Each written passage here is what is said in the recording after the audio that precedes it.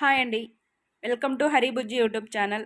ఈరోజు మనం బెండకాయ మసాలా కర్రీ ఏ విధంగా చేసుకోవాలో తెలుసుకుందామండి. ఈ బెండకాయ కర్రీ వచ్చి అన్నంలోకి, సంగటిలోకి, అదేవిధంగా చపాతీ, రోటీలోకి బాగుంటుందండి. నేనైతే ముందుగా ఒక 1/4 కేజీ బెండకాయలను నీట్గా శుభ్రం చేసుకొని ఈ విధంగా క్లాత్తో తేమంతా పోయే విధంగా తుడిచిపెట్టుకుంటున్నానండి. ఎందుకంటే బెండకాయ ముందే జోముగా ఉంటుంది కదండి. అప్పుడు ఈ విధంగా తేమ ఉండిందంటే బెండకాయలకు మనం కట్ చేసినప్పుడు ఆ జోమంతా ఎక్కువయ్యి మనం కర్రీ అంతా జోముగా అవుతుందండి. అందుకని క్లాత్తో బాగా నీట్గా తేమ లేకుండా తుడిచిపెట్టుకొని ఈ విధంగా ముక్కలు చేసి పెట్టుకుంటున్నానండి. కొద్దిగా పెద్ద సైజు ముక్కలు చేసుకున్నానండి, కర్రీకి బాగుంటుంది. అలాగే ముందుగా నేను శనక్కాయ పప్పులను వేయించి పెట్టుకున్నానండి. అదేవిధంగా ఇప్పుడు ఇందులో ఒక 1/2 టీ స్పూన్ కారం అండి. మేమైతే కారం తక్కువ తింటామని అందుకని కొద్దిగా వేస్తున్నానండి. మీరైతే కొంచెము కారం బాగా తినే వాళ్ళు ఎక్కువ వేసుకోవచ్చండి. అలాగే ఒక 1/2 టీ స్పూన్ ధనియాల పొడి అండి. అలాగే ఒక 4 తెల్లగడ్డ పాయలండి. అదేవిధంగా కొద్దిగా పచ్చి కొబ్బరి వేసుకుంటున్నానండి. ఈ పచ్చి కొబ్బరి వేయటం వల్ల కర్రీ టేస్ట్ బాగుంటుందండి. అలాగే నువ్వులండి, ఒక 1/2 టీ స్పూన్ నువ్వులు వేసుకుంటున్నానండి. ఇదంతా మిక్సీ పట్టుకున్నానండి. ఇప్పుడు మనము స్టవ్ వెలిగించుకొని ప్యాన్ పెట్టుకొని ఒక 2 టేబుల్ స్పూన్ ఆయిల్ వేసుకొని ఆ ఆయిల్ హీట్ అయిన తర్వాత ముందుగా మనం కట్ చేసి పెట్టుకున్నాం కదండి బెండకాయలు, ఆ బెండకాయ ముక్కల్ని ఇందులో వేయించుకుంటున్నానండి. ఈ విధంగా వేయించుకోవటం వల్ల బెండకాయ ముందుగానే జోముగా ఉంటుంది కదండి, ఆ జోము అనేది అంతా పోతుందండి. ఆ జోమంతా పోతుంది ఈ విధంగా వేయించుకోవటం వల్ల. అందుకని నేను ముందుగా అయితే ఈ విధంగా వేయించుకుంటున్నాను.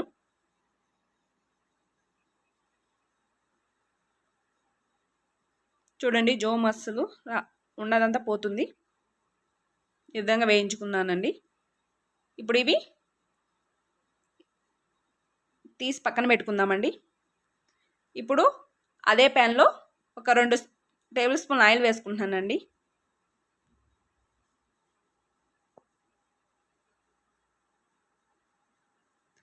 ఈ ఆయిల్ హీట్ అయిన తర్వాత ఇందులో పోపు దినుసులు వేసుకుంటున్నానండి. అలాగే ఇందులో 2 ఎండుమిరపకాయలు వేసుకుంటున్నానండి. తెల్లగడ్డ వేసుకుంటున్నానండి. కొద్దిగా కరివేపాకు వేసుకుంటున్నాను.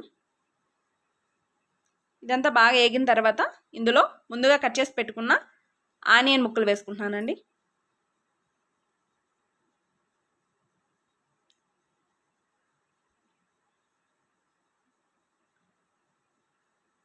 ఈ ఎర్రగడ్డ అంతా బాగా కలర్ మారేంత వరకు వేయించుకోవాలండి. బ్రౌన్ కలర్ వచ్చేంత వరకు వేయించుకోవాలి.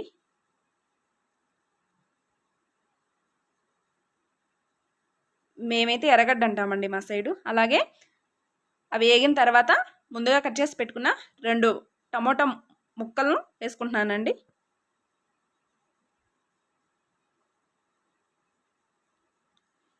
అలాగే కల్లుప్పు వేసుకుంటున్నానండి. టేస్ట్కు తగ్గ సాల్ట్ వేసుకోవచ్చండి. అదేవిధంగా ఒక 1/2 టేబుల్ స్పూన్ పసుపు వేసుకుంటున్నానండి. ఇదంతా బాగా కలుపుకుంటున్నానండి. ఇదంతా బాగా వేగిన తర్వాత ఒక టేబుల్ స్పూన్ అల్లం వెల్లుల్లి పేస్ట్ వేసుకుంటున్నానండి. ఇది పచ్చివాసన పోయేంత వరకు వేయించుకుందామండి.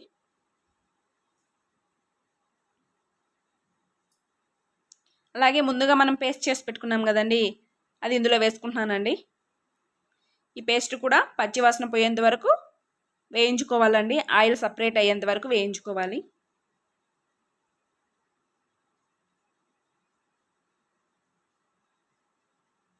బాగా ఇదంతా కలుపుకుంటున్నానండి ఒకసారి. ఈ విధంగా అయ్యేంత వరకు కలుపుకోవాలండి. బాగా చూడండి, ఆయిల్ సపరేట్ అయిపోయింది కదండి, బాగా వేగింది. ఇప్పుడు మనము ముందుగా ఆయిల్లో వేయించి పెట్టుకున్నాం కదండి బెండకాయ ముక్కలు, అవి వేసుకుంటున్నానండి ఇందులో.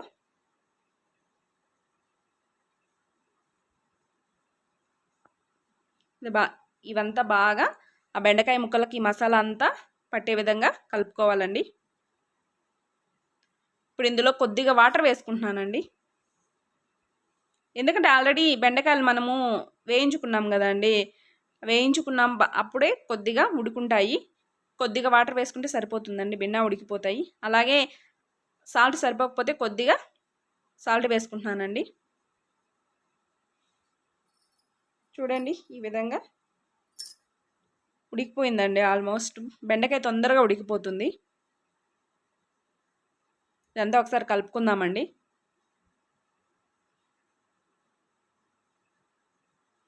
మనం ముందుగా కొద్దిగా చింతపండు నీళ్ళల్లో కడిగి పెట్టుకొని వాటర్లో నానబెట్టుకున్నానండి. ఆ వాటర్ని కొద్దిగా వేస్తున్నానండి.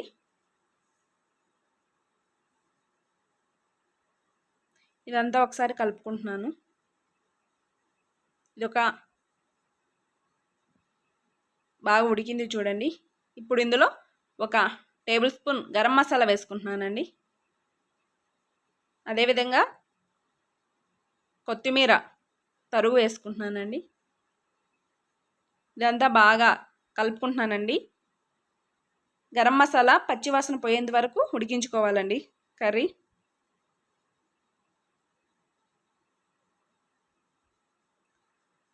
అంతే అండి, కర్రీ చూడండి సింపుల్గా అయిపోయిందండి. కర్రీ